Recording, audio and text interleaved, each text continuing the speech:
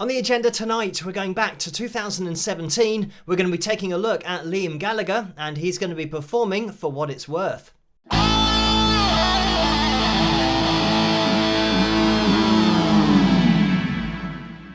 Hello, Phil here from Wings of Pegasus, and welcome to another analysis video. If you enjoyed this video, please give it a thumbs up and subscribe.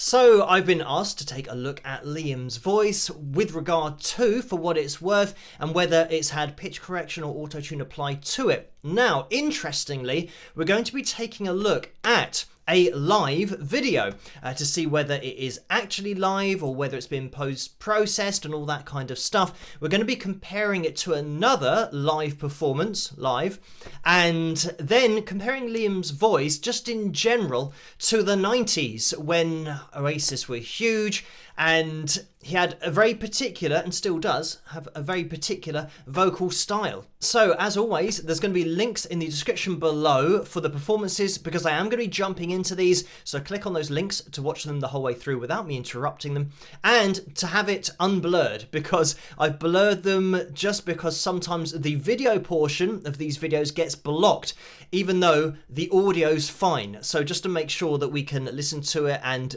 everyone can see this video in the first place. But let's jump into this and see how Liam gets on.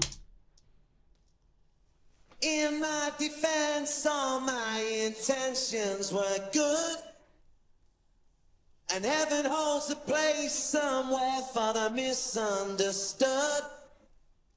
You know I'd give you blood if it be enough. So I'm just going to jump in here. As always, I've isolated the lead vocal and put it through the pitch monitoring software so that we can see the pitch graph on the screen. And immediately what you will see is the D4 being spot on here, even going up to this E4, just bang on. And the D4 before that was bang on. C4 is bang on. A3 is bang on. So already we've got some really accurate vocals going on here.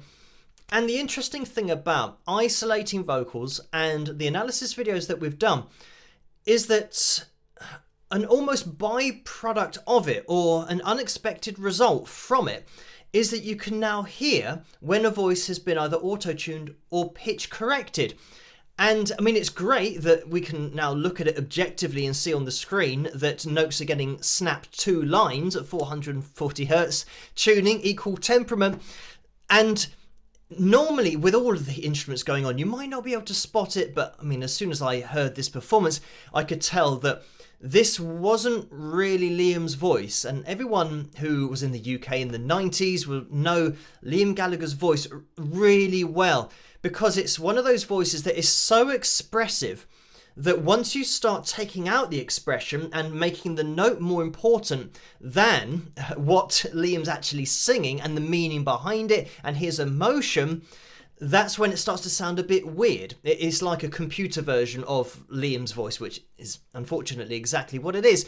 And just to address the live thing, the band here are playing live. I mean, they are in the studio and it's been set up like that, but it's definitely been post-processed. So what we're hearing Liam sing isn't what it sounded like in the studio. So it's not really technically live, but again, this is just the case nowadays with the music industry. Videos that are labelled as being live, it means that the people were there at the time. It doesn't mean that what you're hearing is live. And this goes for TV shows and everything, even, you know, going back to shows in stadiums like Britney Spears, for example. That would be labelled as live, as her going on her live tour. But she would be lip syncing. It isn't live, but she was there at the time, and that's how they consider live to be, if the people are there, not what you hear. I think they've probably done multiple shots as well for the video, because this is coming from Liam's official channel, so they want to make it look as good as possible. Devil's on my doorstep since the day I was born. It's hard to find the sunset in the eye of a storm. But I'm a dreamer by design, and I know in time. I mean, yeah, we're going to be seeing this throughout the whole performance, that just bang on the D4. And even here with the C4, It's bang on the note, but you can hear that it's kind of been manufactured in order to be on that note. And this is another thing about Liam's voice. He doesn't have any vibrato, or it's really, really subtle. So we're not seeing any real waves in his voice. And I know this is pitch corrected, but the irony is that Liam is really accurate pitch-wise, but he has a really expressive voice. So that means that he sings slightly sharp, slightly flat. And when you're, say for example, 5 cents sharp or 5 cents flat, those are called microtones. It's ever so slightly off where the note is, or where the note is in 440 hertz tuning, or any tuning, wherever that note is supposed to be. If you're above it or below it, then to what degree, those are called microtones. But I'm a dreamer by design, and I know in time. Especially when you get other words in there, where we've got dreamer by design, and there's kind of other words that have been squashed into na na na na na, into this into this line that we can see the C4. For what it's worth, I'm sorry for the hurt. I'll be the first to say I made my own mistakes. For what it's worth, I know it's just the word and words betray. Sometimes we lose our way. So the thing to point out here is that this is an auto-tune, because when we scroll back, we can see that when Liam has this more bluesy approach to the D sharp 4, it's allowed to be slightly flat because, again, ironically, that's the expression, that's the blues, that's the kind of feeling you want to give that particular phrase, just being slightly flat. But then, unfortunately, it's another case of being used really heavy-handedly. So the notes that are obviously more bluesy have been left in, but then that hasn't been applied to the whole song. What's been applied to the whole song is, right, we'll put that D4 there, we'll put that D4 there, we'll put that A3 there, and everything has been snapped and moved onto the lines. So yeah, it's not auto-tune. Somebody has moved these notes, and yeah, you get software that does this for you. So now we're going to be jumping into a live performance from the Graham Norton show, and this is live. So Liam's singing, it hasn't been post-processed, and it just makes me think that with Liam Gallagher and Noel Gallagher and Oasis, and even in this performance, they have, I think, either on the bass drum or it might just be underneath the keyboard, it says rock and roll in big letters. And for me, the whole pitch correcting auto-tune kind of thing is like the opposite of rock and roll, because I can't imagine Liam saying, it's rock and roll. It is what it is. Take it or leave it. And that was very much their attitude from the 90s, that what you see is what you get. And they're not going to apologise for anything. You either like it or you don't. So taking that attitude and then doing a performance and then saying, right, that's rock and roll. It is what it is. But, and then the producer might say, yeah, but look, you were slightly flat of that D3 there. So should we move that up a bit? And then he might say, well, it's rock and roll. He says, oh yeah, but rock and roll within reason. We want to try and just move that up. Oh, and look at that. That's a little bit flat as well. So should we move that note up a bit? Or that's a bit sharp. Should we move that down? It's not rock and roll, This is why live performances used to be, and some bands are still playing live, thankfully, but they used to be just one-off events. It just, it happened as it did on the night, and that's the great thing about watching a band live, is that anything can happen. Feel my depends on my intentions were good. I never knows a place somewhere for the misunderstood. So, like I said before, that Liam is really accurate pitch-wise because he doesn't have this wide vibrato. And you can see in this first vocal phrase, obviously, it is looking different already to the other performance that we've just looked at. But look at this F3, bang on, and going up to this D4, bang on. And, as we have a little scroll through, this is the kind of expression that you get in his voice, when it's natural, the A sharp 3 was slightly flat. And with this F3, he's pretty much spot on. He comes up to that C4, again, really accurate. But then as we go through, we start to see flat of the C4, flat of the A sharp 3, and let's have a listen to this note, because he actually descends after he's started hitting the note. He just goes off a little bit. I'd give you blood if it be enough. So you can see this really subtle decrease in pitch, but it's because it hasn't been stuck to these lines. The other thing to mention is that this performance is a semitone lower than the one we've just watched and the original release of the song. So it might be a little bit more comfortable vocally for Liam, and I'm not sure why it's been taken down a semitone for any other reason than that, because it's not a song that he did, 20 years ago and is now performing it and has to take it down because his voice is a little bit older now than it used to be and he's lost a little bit of that range. This was in 2017, so it was an original that was written with his voice as it was then, and this is, I believe, the same year that he's performing it. So, yeah, maybe he had a cold, and it could have been that, just taking it down, making it slightly easier. The devil's on my doorstep since the day I was born. Again, tiny details, but being slightly flat of the A sharp 3 and slightly flat of the G3, and then being bang on with the D4.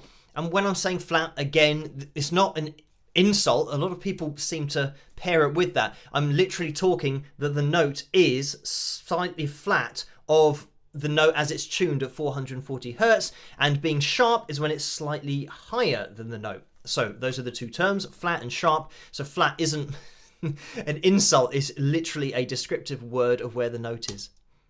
Had to find the sunsets in the eye of a storm. Yeah, and now look at this, the A sharp 3, the C4. Unlike that other performance, we're now not stuck on lines. Liam's got the freedom to have that expression in his voice.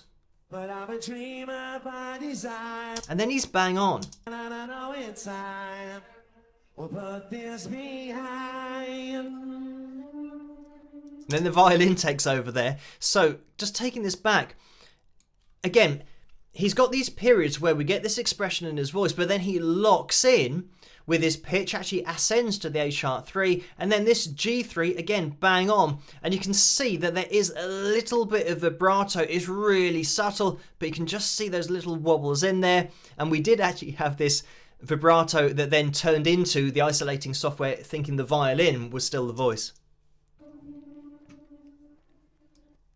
For what it's worth, I'm sorry for the hurt. I'll be the first to say I made my own mistakes. For what it's worth, I know it's just the word our words betray. So now, just to explain where Liam's voice is going here, I mean, we are flat of the F4 here, but here we're actually between notes. We're between the C4 and the C sharp 4.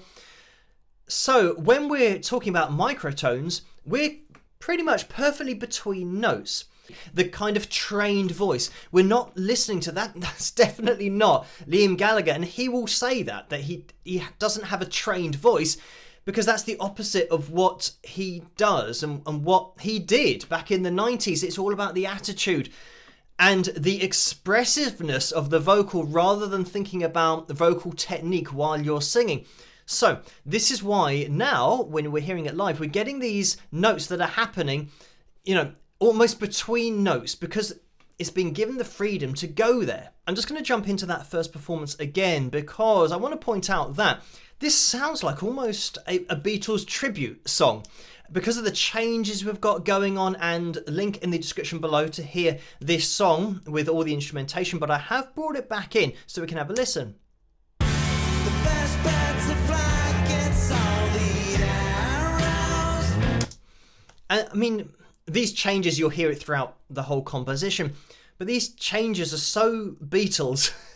And it's that change from the major to the minor, which actually Oasis did a hell of a lot in a lot of their songs, I seem to remember. But I'm going to grab my guitar, because we've got this kind of My guitar's not even plugged in because I wasn't planning on doing this, but hopefully you can hear that somehow, that we've got this F, and then we change to the F minor, and this.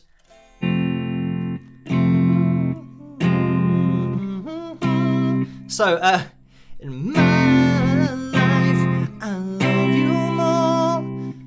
So that's In My Life by the Beatles, but it's exactly the same thing, and the same melody line. Let's have a listen to that again, actually. The first bird to fly gets all the arrows.